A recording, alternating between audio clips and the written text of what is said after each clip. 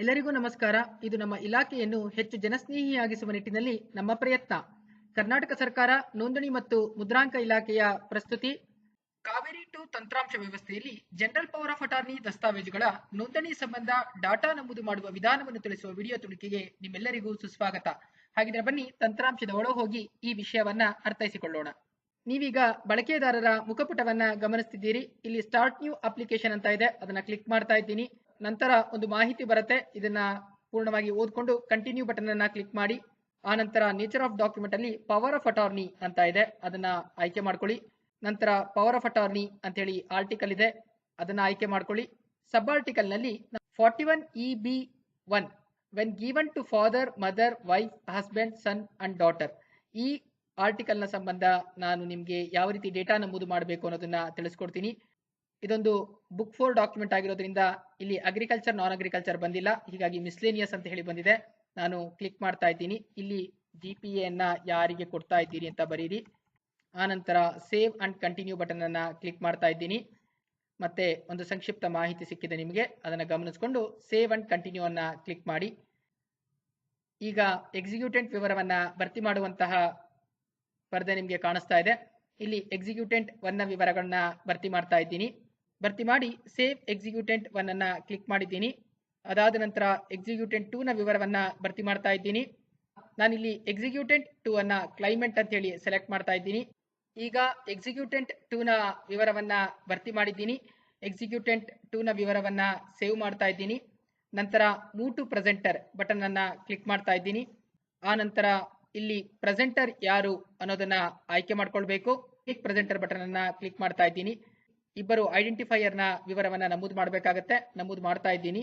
Identifier 2 ನ ವಿವರವನ್ನ ನಮೂದು ಮಾಡಿ ಸೇವ್ ಅಂಡ್ ಕಂಟಿನ್ಯೂ ಬಟನ್ ಅನ್ನ ಕ್ಲಿಕ್ ಮಾಡ್ತಾ ಇದ್ದೀನಿ. ಈ ಆರ್ಟಿಕಲ್ ಗೆ ಸಂಬಂಧಪಟ್ಟಂತೆ ಯಾವುದೇ ಮಾರ್ಕೆಟ್ ವ್ಯಾಲ್ಯೂಯೇಷನ್ ಅಗತ್ಯತೆ ಇರೋದಿಲ್ಲ, ಯಾಕೆಂದ್ರೆ ಇದು ವಿತ್ ಇನ್ ದಿ ಫ್ಯಾಮಿಲಿ, ಕುಟುಂಬದ ಒಳಗೆ GPA ಅನ್ನ ಕೊಡ್ತಾ ಇರೋದ್ರಿಂದ ಇಲ್ಲಿ ಯಾವುದೇ ಮಾರ್ಕೆಟ್ ವ್ಯಾಲ್ಯೂಯೇಷನ್ ಬರೋದಿಲ್ಲ. ಹೀಗಾಗಿ ಕಂಟಿನ್ಯೂ ಬಟನ್ ಅನ್ನ ಕ್ಲಿಕ್ ಮಾಡ್ತಾ ಇದ್ದೀನಿ. ಆ ನಂತರ ಸೇವ್ ಅಂಡ್ ಕಂಟಿನ್ಯೂ ಬಟನ್ ಅನ್ನ ಕ್ಲಿಕ್ ಮಾಡ್ತಾ ಇದ್ದೀನಿ. GPA ದಸ್ತಾವೇಜನ್ನ ಎಷ್ಟು ಪುಟಗಳಲ್ಲಿ ತಯಾರಿಸಲಾಗಿದೆ ಆ ಪುಟ ಸಂಖ್ಯೆಯನ್ನ ನಮೂದು ಮಾಡ್ತಾ ಇದ್ದೀನಿ. ಹಾಗೆ ಕ್ಯಾಲ್ಕುಲೇಟ್ ಬಟನ್ ಅನ್ನ ಕ್ಲಿಕ್ ಮಾಡ್ತಾ ಇದ್ದೀನಿ. ಇಲ್ಲಿ ನೀವು ಗಮನಿಸ್ತಾ ಇದ್ದೀರಿ, ಕನ್ಸಿಡರೇಷನ್ ಅಮೌಂಟ್ ಇರೋದಿಲ್ಲ, ಮಾರ್ಕೆಟ್ ವ್ಯಾಲ್ಯೂಯೇಷನ್ ಕೂಡ ಇರೋದಿಲ್ಲ. ಇಲ್ಲಿ ಗವರ್ಮೆಂಟ್ ಡ್ಯೂಟಿ ಮಾತ್ರ ಕಾಣಿಸ್ತಾ ಇದೆ. ಅದೇ ರೀತಿ ರಿಜಿಸ್ಟ್ರೇಷನ್ ಫೀಸ್ ಕೂಡ ನಿಮಗೆ ಇಲ್ಲಿ ಕಾಣಿಸ್ತಾ ಇದೆ.